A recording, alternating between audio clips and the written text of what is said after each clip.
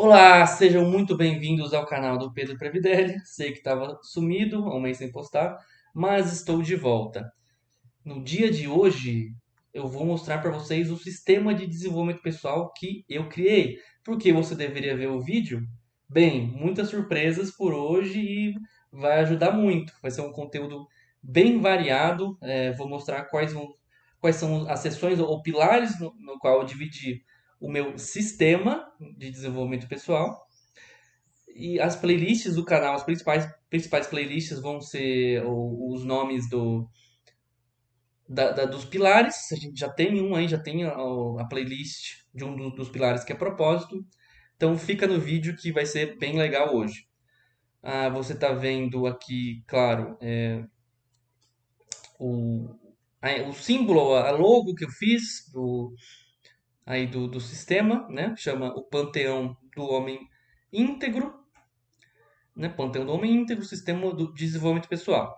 Então, quais são os quatro pilares do meu sistema de desenvolvimento pessoal? O cérebro, né? Cérebro, conhecimento e aprendizagem contínua. Coração, propósito e valores alinhados. Coluna, né? Coluna vertebral. Hábitos e mentalidade resiliente. E as mãos, ação transformadora e impacto no mundo. Então, o primeiro pilar ou seção, cérebro, o pilar do conhecimento. O conhecimento é a fundação sobre a qual construímos nossa capacidade de compreender o mundo, tomar decisões sábias e desenvolver nossa visão de vida. Então, eu dei destaque aí para 7 áreas, são 7 áreas. Filosofia aqui está maior, claro, vocês se viram os vídeos anteriores sabem quanto que a filosofia foi importante para a minha vida, o quanto que eu amo estudar, o quanto que eu preciso estudar, é uma necessidade hoje em dia. Como exercício físico, a minha vida interior, minha vida intelectual é tão necessária quanto a vida física para mim hoje e as demais vidas. Nós temos também um pouquinho de psicologia, sociologia, antropologia, literatura clássica, história. Eu comecei a gostar de história lá no ensino médio. Eu iniciei minha vida intelectual por causa de história, antes de realmente entender filosofia e essas outras áreas. Só que, como a área de história que eu tenho mais interesse é a historiografia das ideias e a antropologia cultural é bem parecida com historiografia das ideias, e assim, muitos sociólogos e antropólogos têm que citar historiadores e conhecer a história também. Eu acabei não colocando história, porque eu pensei na história como meio que dentro já da sociologia e da antropologia. Tem também a mitologia, que a mitologia as pessoas acham que é algo que ela só tem a ver com paganismo, com aqueles deuses que não existem, que as pessoas acreditavam na antiguidade, mas não, a mitologia ela foi muito importante. Ela é muito, muito profunda, tem muitos ensinamentos sobre a vida dentro dela. E ela, de alguma maneira, ela foi uma pré-filosofia. Muitos dos temas na filosofia já estavam presentes ali na mitologia. Não é por nada que Platão, por exemplo, citava mitos direto, toda hora. A gente teve um renascimento, um reavivamento com Schelling, que eu já citei, Schelling, o filósofo do idealismo alemão, da modernidade, que escreveu a filosofia da mitologia. Também muitos dos psicólogos, né, fundadores da psicologia, Freud, e depois Jung e Lacan, estudavam muito. São muitos intelectuais que tiram, que interpretam e, e tiram o que há de melhor, né, na mitologia. Obviamente, também. E claro, as relações entre filosofia e mitologia. Vou fazer muitos vídeos sobre isso, vai ser muito explorado esse tema aqui no canal, porque eu tenho muito, muito, muito interesse. Tenho livros só sobre mitologia, né? Então, marketing e branding também, eu não estaria aqui, né? Se eu não estudasse essas coisas, eu não saberia como começar um negócio próspero na internet, não saberia o que eu estou fazendo. Mas por estudar, por ler livros dessa área também, eu comecei a criar conteúdo profissional no Instagram, e aqui nos meus canais no YouTube também. Então, aplicação prática, né? Dedicar tempo consistente ao estudo de cada disciplina, buscando compreender não apenas os conceitos, mas suas aplicações práticas na vida cotidiana. O verdadeiro poder do conhecimento emerge quando conseguimos conectar diferentes áreas criando uma visão holística e profunda da realidade. Então, estabelecer um plano de estudos progressivo, eu vou ajudar vocês com isso, vou fazer vídeos sobre isso, né? A gente tem que começar pelos fundamentos e avançar gradualmente para tópicos mais complexos. Muita gente quer começar pelos livros mais difíceis, independente da área, sem ter começado ali por coisas um pouco mais básicas.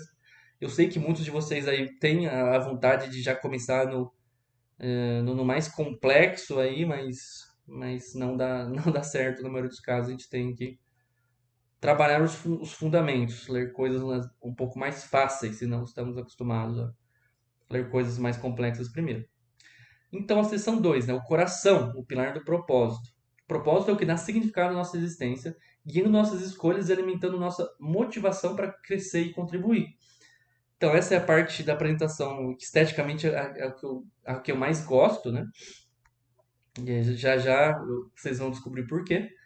Então, antes de mergulharmos nos 3 níveis, é fundamental compreender a ideia de lenda pessoal, um conceito central na alquimia popularizado por Paulo Coelho, um escritor brasileiro. A lenda pessoal é o seu destino, um sonho que você sempre quis realizar, a sua verdadeira vocação na vida. É a força motriz que, quando descoberta e seguida, guia todos os seus passos e te conecta a algo maior. Realizar a lenda pessoal não é apenas sobre alcançar objetivos externos, mas sobre encontrar e viver a sua verdade mais profunda. Eu dividi em 3 níveis. Primeiro nível, vocação. Padre Sertilanges, Jean Guiton, as referências. Já citei o Padre Sertilanges, ele é o autor do livro A Vida Intelectual, que é uma das possíveis vocações, mas não é a única existente, é claro. Então, a vocação é o chamado interior que nos direciona para aquilo que devemos fazer com nossa vida. É o primeiro despertar para nosso propósito. A voz que nos convida a seguir um caminho específico de desenvolvimento e contribuição. E aqui coloquei a capa mais bonita que tem do livro A Vida Intelectual, em português. Eu tenho esse livro, mas o livro não é esse. É uma outra capa que não é tão bonita assim. Aí o nível 2, o Ikigai, o conceito japonês de razão de ser. O Ikigai representa a intersecção perfeita entre 4 elementos fundamentais: o que você ama fazer, aquilo em que você é excelente, o que o mundo precisa e pelo que você pode ser remunerado. É nessa convergência que encontramos satisfação profunda e sustentável. Aí vou dar um zoom para vocês, porque essa imagem é a melhor imagem para vocês começarem a entender o que realmente é o Ikigai. Então a gente tem a intersecção quando a gente encontra os 4 elementos, ó, que você ama, que você é bom, pelo que você pode ser pago, que o mundo precisa, você tem o Ikigai. Só que a gente tem, ó, quando nós encontramos a intersecção, ó, olha só, de outras áreas, ó, quando a gente tem o que você é bom, o que você ama e o que o mundo precisa, mas a gente não pode ser pago por isso. A gente tem alegria e plenitude, mas sem prosperidade. Aí quando a gente tem algo que a gente pode ser pago, que nós somos bons e que nós amamos, satisfação, mas sentimento de inutilidade, porque falta o que o mundo precisa, né? Então, quando a gente tem o que o mundo precisa, o que somos bons, algo que a gente pode ser pago, mas nós não amamos. Confortável, mas sentimento de vazio. Aí, quando a gente tem algo que amamos, que o mundo precisa, que nós podemos ser pagos, né? Entusiasmo e complacência, mas senso de incerteza, porque falta nós sermos bons naquilo. Então, quando a gente junta essas 4 coisas, nós temos o Ikigai. Aí, o nível 3, algo que eu já falei, né? Eu tenho um vídeo, uma introdução literária sobre o que é o Dharma. Vou deixar no card e na descrição. É um ensaio do filósofo espanhol José Ortega Gasset. Então, o Dharma é o propósito máximo da existência. O Dharma representa o propósito máximo, a missão transcendente que vai além dos interesses pessoais. É quando nossa vocação e Ikigai se alinham com algo maior que nós mesmos, contribuindo para a evolução coletiva e o bem maior. Aí tem essa imagem linda que eu gerei aqui. É, já vou contextualizar. O significado dessa imagem é uma cena do Mahabharata, que está dentro do Bhagavad Gita, um dos principais livros do filosofia e religião indianas, né, do hinduísmo. A gente tem o Arjuna, que é esse guerreiro sentado, que é o protagonista, num momento decisivo ali do poema épico, do conto épico, do, do Mahabharata, tendo que ir lutar, né? A gente está na batalha de Kurukshetra, que eles chamam. Só que o exército inimigo, que era o exército caótico do mal, digamos assim, Naquele exército tinha parentes dele, e ele estava enfrentando um conflito existencial tremendo, porque ele teria que matar parentes, e ele estava pensando em desistir. E esse azul de pé aqui é Krishna, o avatar de Vishnu, um avatar que seria uma reencarnação, uma forma humana de um deus. Então, e esse deus ele é o responsável pela renovação, manutenção da ordem, e ele teria que restaurar a ordem cósmica. E essa batalha então tinha que acontecer. Então Krishna fala para Arjuna, mesmo se você não lutar, o destino está traçado, o resultado vai ser o mesmo. Mas você tem que lutar para nós restaurar, para ser mantido a ordem cósmica. Porque ele tinha o Dharma de guerreiro, ele era um guerreiro. Então é melhor que você, mesmo imperfeitamente, siga o seu Dharma do que você seguir o Dharma de outra pessoa perfeitamente. Isso seria um grande imbalanço cósmico. Então essa cosmovisão antiga, né, na filosofia platônica, na filosofia indiana, em outras também, que eu vou trazer para vocês. Eu falo muito que eu vou trazer essa visão, esse cosmos total ou integral que a gente chama, né? Em que tudo está integrado. Eu vou estar trazendo muito isso para vocês. Então, a integração dos níveis, né? Cada nível representa o estágio de amadurecimento do propósito. Além do pessoal nos chama, a vocação nos desperta, o Ikigai nos sustenta e o Dharma nos transcende. Juntos formam um caminho completo de realização. Essa é uma jornada progressiva onde cada nível prepara o terreno para o próximo. Não se trata de abandonar um para alcançar o outro, mas de expandir e aprofundar continuamente nosso senso de propósito, sempre em alinhamento com a nossa lenda pessoal. Tá? Agora temos a coluna vertebral, o terceiro pilar, o pilar dos hábitos e mentalidade. O terceiro pilar é a obsessão. Então, é uma estrutura que sustenta tudo. Sem hábitos sólidos e mentalidade forte, conhecimento e propósito permanecem apenas como ideias. E as virtudes cardeais, trabalhar e desenvolver as virtudes cardeais são muito importantes aqui, né? Que são fortaleza, prudência, justiça e temperança. Teremos vídeos sobre isso também, como crescer nas virtudes. Lembrando que a ética antiga, a ética aristotélica, por exemplo, presente no livro A Ética Nicômaco, é uma ética de virtudes, basicamente. Então, como hábitos físicos fortalecem a mentalidade? Cada repetição de um hábito físico não apenas transforma o corpo, mas forja a mente.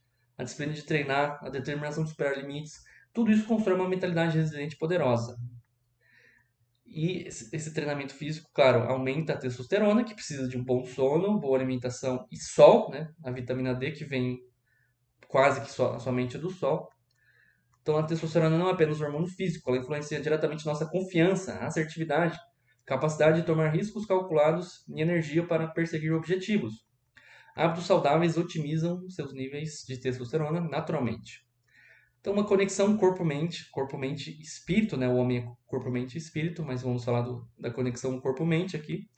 Corpo e mente não são entidades separadas, mas aspectos integrados de um mesmo sistema.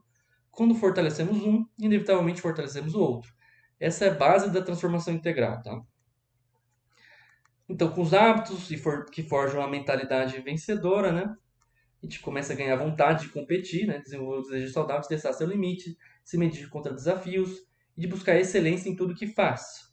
A vontade de trabalhar e produzir, cultivar o prazer no esforço, algo que a gente está perdendo com as pessoas sedentárias, viciadas em videogame, em apostas, picos de dopamina com vídeos no TikTok, sei lá, pornografia, coisas destrutivas dessas estão fazendo as pessoas perder a capacidade de prestar atenção, seja em livros ou vídeos um pouco mais longos, que poderiam mudar a vida delas, né? Estão perdendo o prazer no esforço. Então, a satisfação de criar valor e energia para executar consistentemente dia após dia. Sente-se bem forte com vontade de vencer. Mantém o estado interno de confiança na vitalidade e determinação que naturalmente atrai oportunidades de sucesso. Como isso aumenta as chances de sucesso profissional? Não só profissional, mas pessoal, essa mentalidade não é apenas psicológica, ela se manifesta em ações concretas, em decisões corajosas e persistência que inevitavelmente levam a resultados superiores.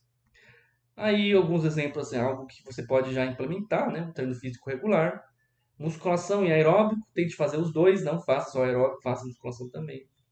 Rotina diária estruturada que permita flexibilidade, alimentação consciente e nutritiva, sono de qualidade, pelo menos 8 horas, implementação da vida interior, né, com leitura, contemplação e exercícios espirituais, como Inácio de Loyola. No vídeo, as 5 vidas que todo adulto maduro deveria viver e cultivar, um vídeo que foi meu último vídeo, eu vou deixar no card e na descrição. Eu falo lá que a vida interior ela consiste na vida artística, intelectual e espiritual, tá? Então, comece a tentar implementar os mais simples e que você vai sentir os benefícios de maneira mais imediata. Então, a vida interior pode ser um pouco mais complexa e pode demorar um pouco mais para você ver os frutos. Já começa com esses itens que estão aqui mais em cima, da vida física, que você vai sentir mais imediatamente. Mas o quanto antes, tente viver as 5 vidas. E implemente e comece a ter uma vida interior também, tá? Aqui eu tenho uma rotina sugerida, mas aí isso aqui vai depender. Tem gente que tem que trabalhar mais de dia, outros mais à noite. Então eu coloquei que não precisa ser tão rígido. Aqui é só uma rotina sugerida que você pode implementar para você ou não, tá? Então, primeira sessão é o pilar da ação transformadora. Conhecimento sem ação é estéril. Propósito em execução é fantasia. As mãos representam a capacidade de transformar ideias em realidade. Então, começo com arquétipos. Os arquétipos são padrões universais de comportamento e energia que guiam nossa jornada. Compreendê-los nos permite acessar diferentes aspectos de nossa masculinidade ou feminilidade para as mulheres de forma consciente e equilibrada. São 12 arquétipos, mas tem um livro que fala dos 4 principais arquétipos do homem e tem os 4 arquétipos principais da mulher também. Não são tão diferentes assim. Mas aqui então para o homem, né? O guerreiro, coragem, disciplina, proteção e capacidade de enfrentar desafios. Sempre que você está treinando, trabalhando, se desenvolvendo, se sacrificando para o futuro, para construir um reino e ser capaz de prover para si mesmo e para aquelas pessoas próximas de você, que você ama, ou pessoas que você tem aguarda que você é responsável por elas. Quando você está fazendo isso, você está vivendo o arquétipo de guerreiro. O mago, né, cada um é o meu arquétipo dominante. Nós temos todos, mas cada um tem o seu arquétipo dominante. O mago é o meu arquétipo dominante. O arquétipo da sabedoria, da transformação, né, do autoconhecimento, do conhecimento oculto e poder de manifestação. Então é basicamente você ser curioso, você estudar a realidade, ler muito, mergulhar dentro de si mesmo, ter um grande autoconhecimento, não só conhecimento sobre as coisas externas, ter um prazer muito grande pela contemplação, né, e vida intelectual e vida espiritual, e você estuda e vive tanto aquilo que você começa a transbordar. E isso é o arquétipo do mago. O amante, então, paixão, conexão, criatividade e capacidade de apreciar a beleza, né? Não é o amante, a gente não vive só quando nós encontramos uma parceira ou parceiro romântico. A gente também vive o amante quando nós estamos criando na arte, quando estamos tendo bons momentos com a nossa família e amigos também, tá? Não se resume, tá próximo até do arquétipo de artista também, o amante. Não, ele não se resume apenas à relação romântica ou erótica, tá?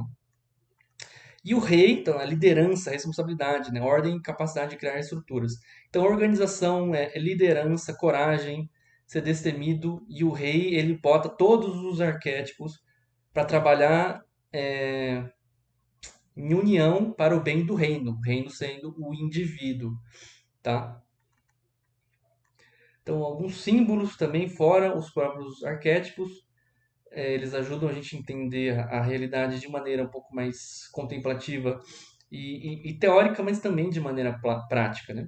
Então, os símbolos são linguagem do inconsciente, eles carregam significados profundos que transcendem palavras, conectando-nos com verdades universais e guiando nossa transformação de maneiras que a lógica sozinha não consegue. Eu coloquei alguns exemplos, os mais importantes desses 5 que eu coloquei são a árvore, o crescimento e enraizamento, e o círculo, né? O símbolo de totalidade e ciclos. Ritos de passagem também, isso é eminentemente prático. Então, os ritos de passagem eles eram ritos de transformação espiritual e psicológica profunda. e que também marcavam a transição de fases da vida, como da infância ou adolescência para a fase adulta, e a gente perdeu a maioria dos ritos de passagem aí, a gente tentou substituir com falsos ritos de passagem, tipo, primeiro porre, ou formatura do, sei lá, primeiro porre, primeiro beijo, formatura do ensino médio ou da faculdade. Isso raramente melhora as pessoas de verdade, isso raramente transforma as pessoas de verdade. Nós tínhamos caçadas iniciáticas, provas de coragem, serviço militar, cerimônias tribais. Um dos poucos, é, um dos poucos rituais, ritos de passagem que sobreviveram são os religiosos, tipo batismo ou casamento, né? O casamento religioso, porque antes só existia o casamento religioso. Existiu o casamento civil também, é algo de 250 anos para cá, é muito recente. Só que isso atrapalha o casamento porque muitas pessoas casam só no civil e não tem o mesmo significado que você casar na igreja, no religioso. E o casamento civil ele facilita muito a dissolução do casamento, a destruição do casamento, o divórcio. E muitas pessoas às vezes nem casam, só vão morar juntas antes de não casam nem no civil e ter união estável sem ter um rito de passagem. Isso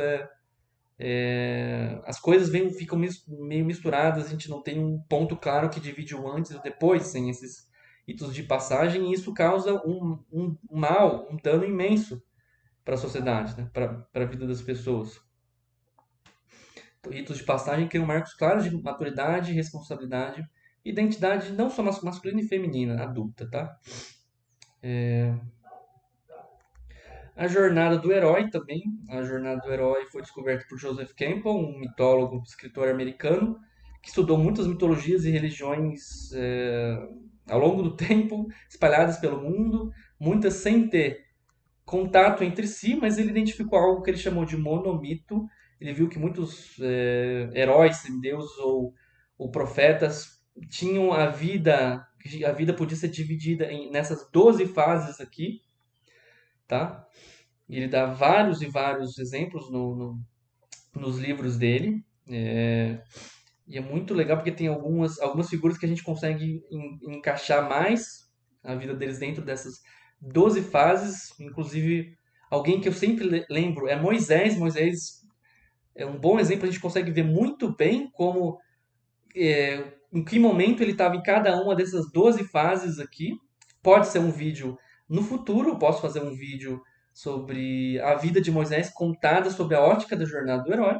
Se vocês me pedirem aí bastante nos comentários, no Instagram também, eu posso fazer até logo esse vídeo. Então, ação e transformação, né? Como a gente coloca em prática sempre. Começar pequeno, mas começar agora, né? Identificar uma ação concreta que a gente pode tomar hoje. Na teoria, ação. E os próximos passos heróicos. Então, aqui a gente tem um overview, lembrando quais são os pilares: cérebro, coração, coluna vertebral e mãos, conhecimento, propósito, hábitos e mentalidade, e todas aquelas coisas que eu citei em mãos. Então, a sua jornada começa agora, certo? Então, a integridade não é destino, mas um caminho.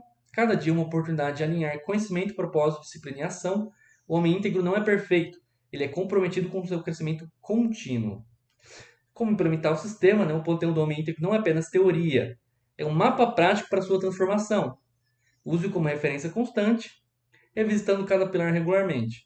Meça seu progresso não pela perfeição, mas pela consistência. Celebre cada vitória pequena, aprenda com cada tropeço e mantenha-se firme no caminho. Sua jornada heróica já começou. Então foi isso, galera. Esse foi o conteúdo do Homem Íntegro, o meu sistema de desenvolvimento pessoal. Curtam, comentem, não deixem de se inscrever no canal e até a próxima.